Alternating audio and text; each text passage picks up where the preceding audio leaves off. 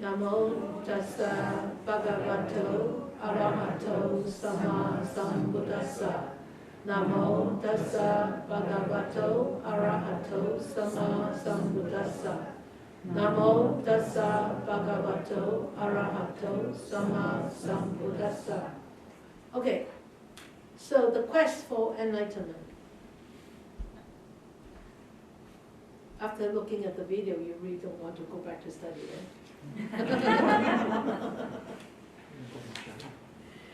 So the quest for enlightenment, it says seeking the supreme state of sublime peace.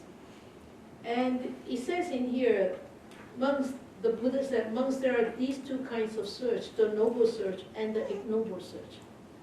So what does it mean by the ignoble search? That means a search that will not lead you to become a noble person.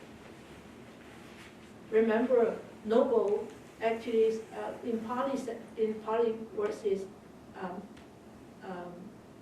area. That's why the path of practice is called noble path, because when you're walking on such a path and practicing such a noble practice, eventually you become a noble person. Okay? And noble doesn't mean that you are way on top of everybody in the sense of authority, fame, status, wealth. That kind it doesn't mean that. Noble means compassionate, wise, liberated, and generous, and all the good qualities, all the noble qualities that a liberated person has. So ignoble search, that means you're searching on a path which is not noble, right? Noble. So what does he say? He said, as a path that is subject to birth, aging, and sickness, and death, sorrow, and defilements, he seeks what is also subject to these processes. And what he says afterwards, following, is that what may be subject to all these? Wife and children, men and women, slaves and ghosts. It seems that it's so pessimistic, right? Well, you will say, I have a wife, and you will say, I have a husband. And you think, that is ignoble? That is ignoble.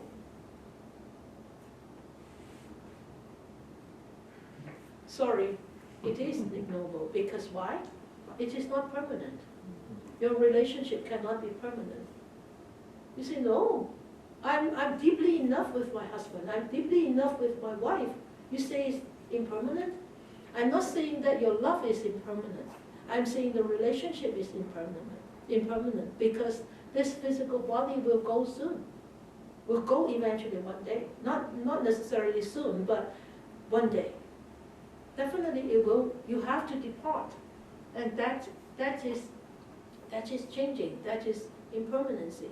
And that is subject to changes. That is subject to degradation. That is subject to disconnection. That is subject to separation. And what is separation to us? What is degradation to us? What is, leaving your beloved ones to you? What does it mean to you? It means unhappiness. It means sorrow. It means lamentation. It means miseries, dukkha, right? So, but is there anything which is not subject to changes? Paul said no. Do we agree? Yes. Yes. Everything is subject to changes. Everything. It's just that whether it is subtle changes that we don't realize, we don't notice, or very obvious changes that we can actually see. So obvious changes is you look at the construction. It's actually very obvious changes, right? From a very stagnated progress last year to this year, you can see all these changes. Tiles, blocks putting up. Now they're putting up blocks on the meditation hall already. So you start to see changes. These are changes, and they are also subject to changes. See? You see. So that's why if our path is based on things that are subject to changes, that are subject to birth and death, subject to sorrow and lamentation, or subject to satisfaction or happiness, mundane sense of happiness, that is still an ignoble search. Okay, so a lot of time he says in here, we keep on seeking those things which are subject to changes. And we are. And that's why he said, this is ignoble. You have to start searching on the noble path. And what is the noble path? Is someone being himself subject to birth, having understood the danger in what is subject to birth, seeks the unborn supreme security from bondage. That means liberation. So Nibbana. Okay, people will start to ask me, what's Nibbana? I'm not going to talk about Nibbana. Because there's no point talking about Nibbana, because we are way too far away from Nibbana. Nibbana is total liberation, and we are still too far from total liberation. But at least we know total liberation is possible. Total liberation is possible. Liberation from what?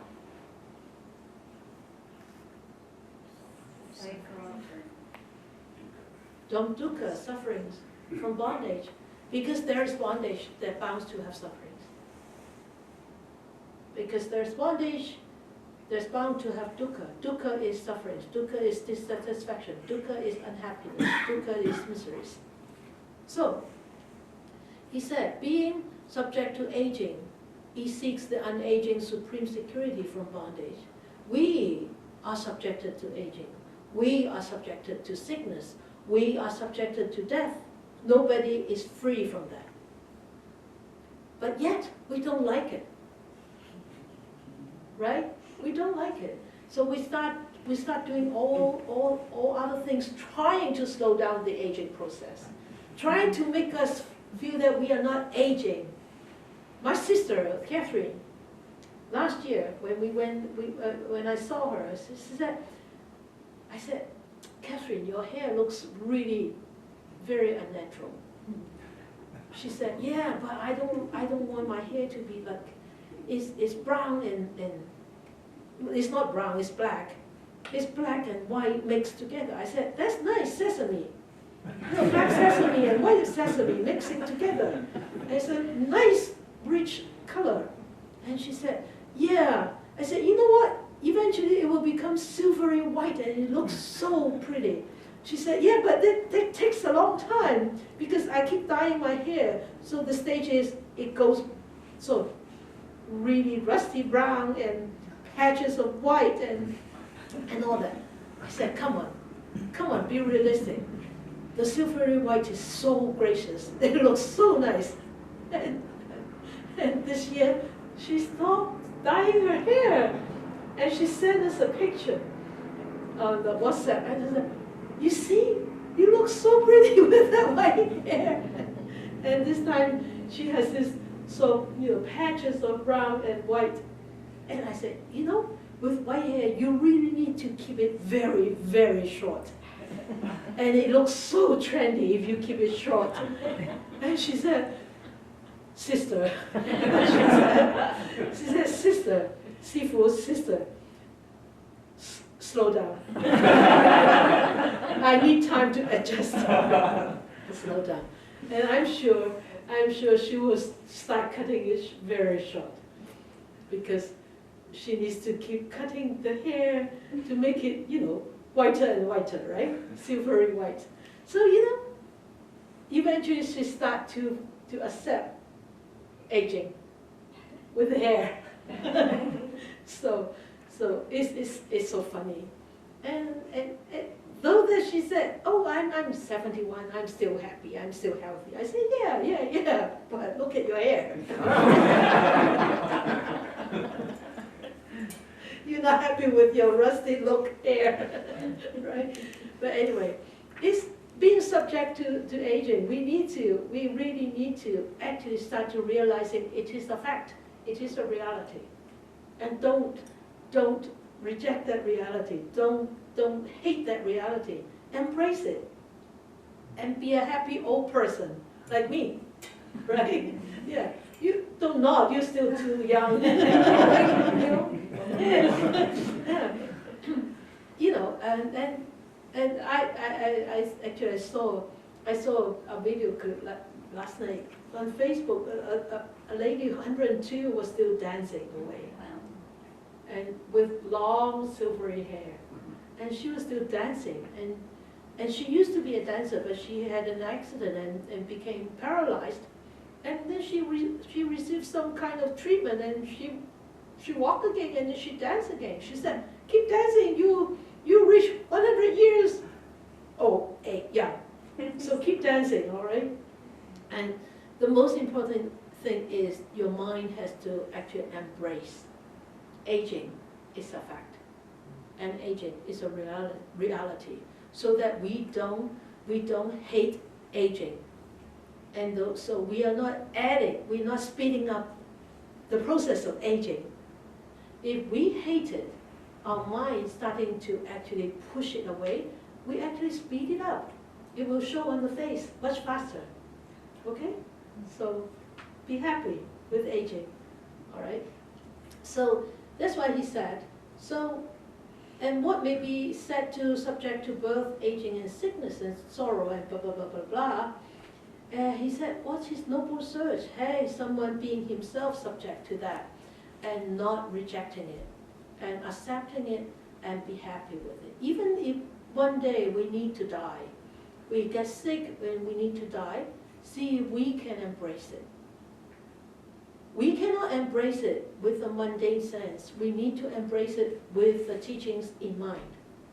So when we get sick, remember, don't dwell yourself in the sickness, but see if you can remember anything that he has taught us to actually enlighten you, to inspire you, to overcome that difficulty.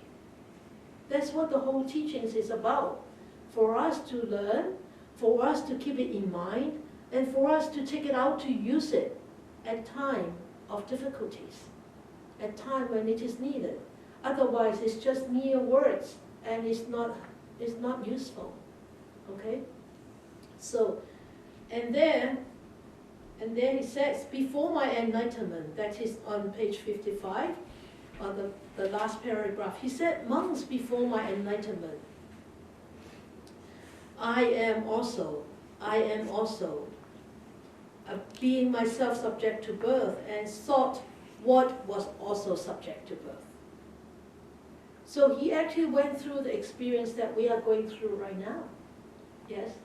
I'm not sure how to phrase this, but like with the process of death, or like, say for example, a person becomes sick and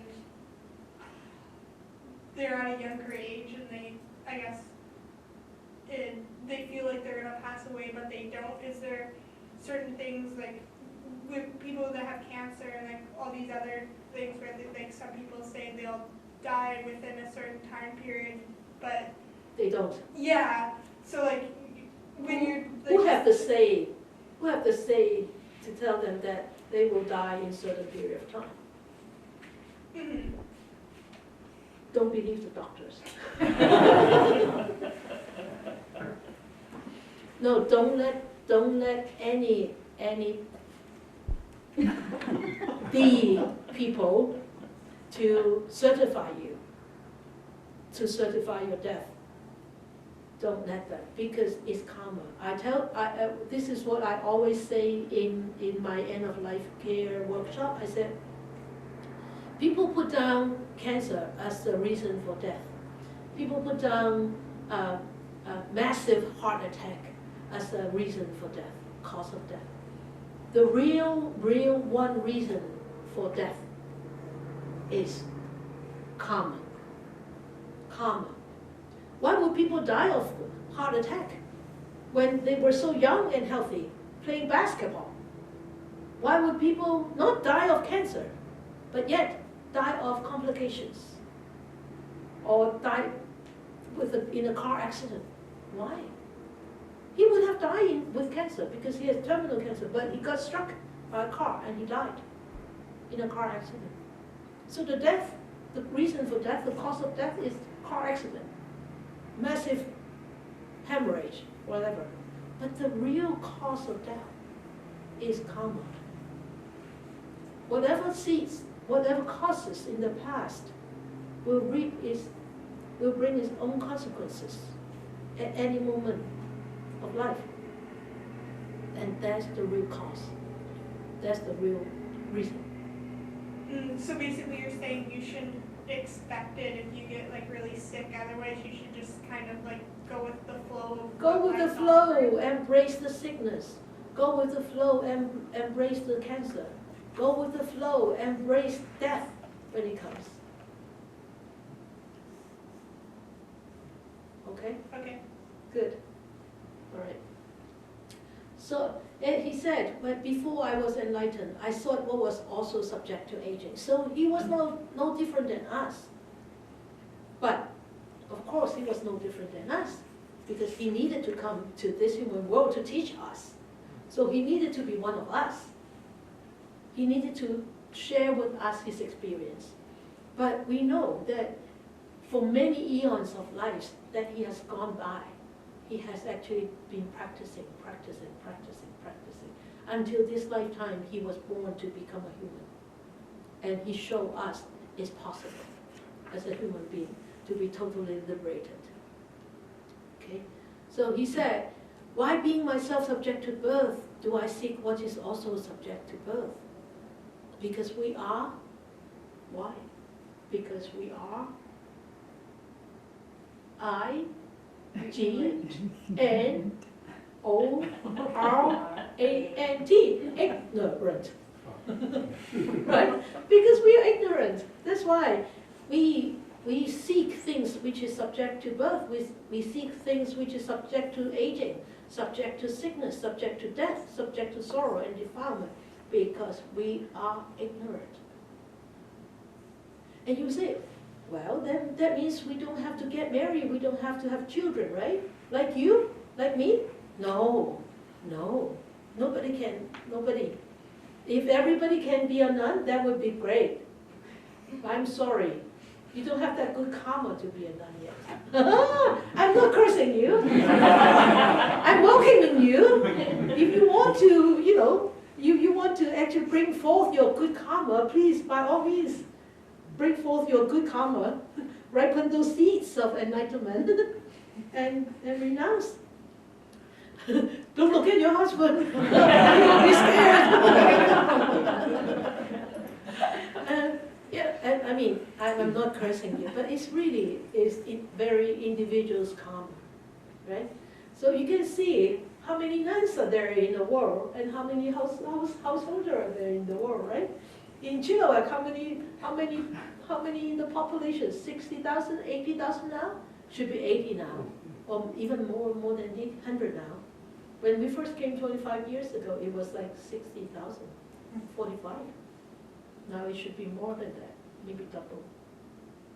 At least I'm here, right? And you're here too. You moved in here, and you're here. You see? So and only how many nuns here? Four. Yeah. Thank you, Nora. 4 nuns here. But we are not the only nunnery here. There is one up in the Columbia Valley, but they don't open. I think they have 2 or 3, right? Yeah, so less than 10 monastics in the whole Chilliwack, right? So you can see.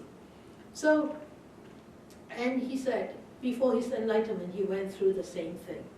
So he said, so we need to seek the sorrowless supreme security from bondage, nibbana.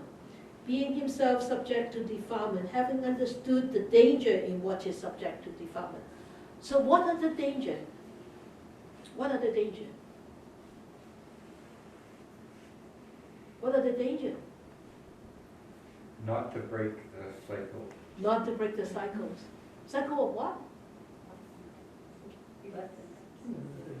Birth and death. Birth and death.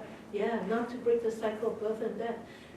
We are so ignorant. We really want to really go back into that cycles of birth and death constantly, every day, every moment, every minute. We keep going back into that cycles. And is it possible that we can actually break ourselves away from that cycle? It's possible. Any moment is possible. Every moment you become aware, as I said during the meditation, you become aware of your mind, you become aware of your body, each moment. At each moment you stop reacting, you break away from the cycle, one step closer. You see, so optimistic, right? One step closer. So we really need to be positive and to be optimistic and to really see that it is possible. Okay,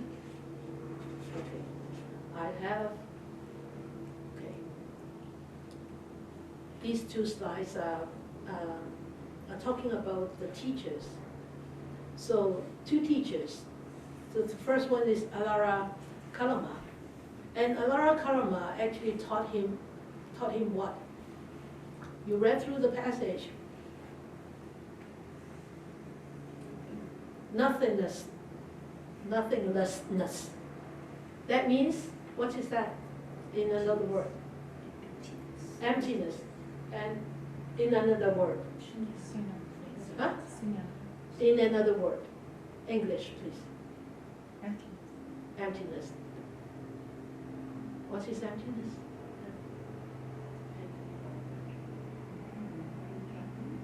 No, that's anicca. No. No self.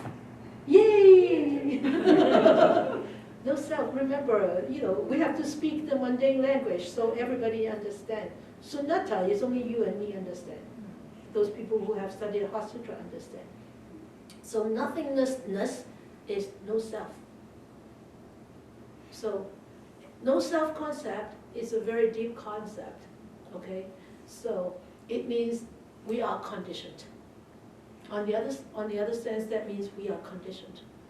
So anybody can give me a brief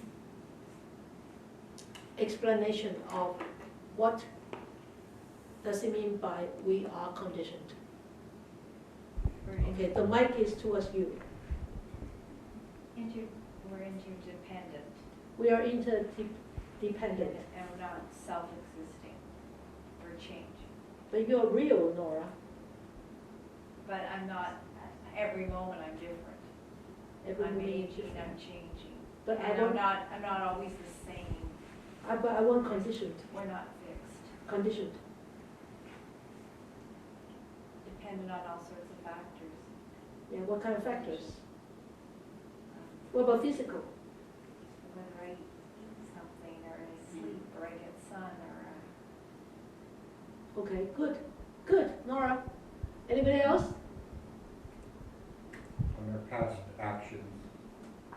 Past actions. We are conditioned by our past actions. Our mind. Okay, but I want physical. Physical.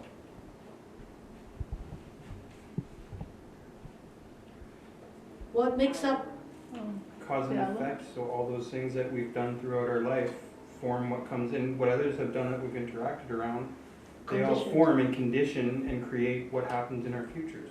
Or our state of mind and our mood and everything is conditioned based on, what I ate or how nice it is, if it's raining or those kinds of things, or conditioned by, Yes. we let ourselves be conditioned by those things.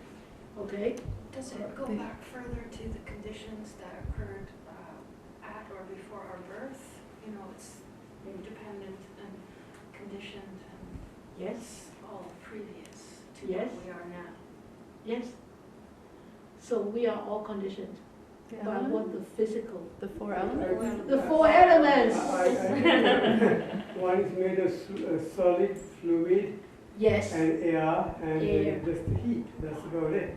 that's about it. Very good, that's about it. There's nothing else. That's about it. We are just air, we are just earth, we are just fire, we are just wind, and we are just water.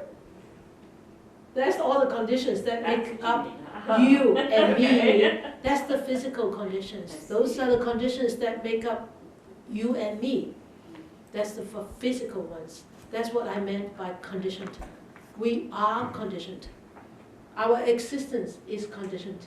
That means we are totally dependent on conditions. So some of us have more earth, right? So we are bigger, or we are stronger. Some of us have more water, so we bloat up, especially when we are sick. Some of us have more fire, like me, constantly on fire. Or some of us have less fire, like her, constantly put on a toque, cold. So we are conditioned. We are actually conditioned. So that's the conditions.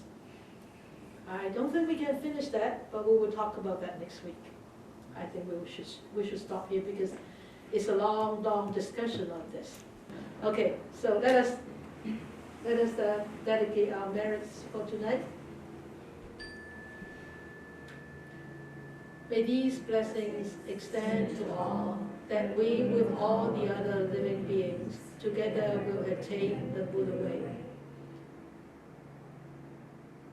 May more and more people will encounter the words of the Buddha, study them, practice them, and help themselves to disentangle themselves from those difficulties, miseries, dissatisfactions, and be truly happy and free.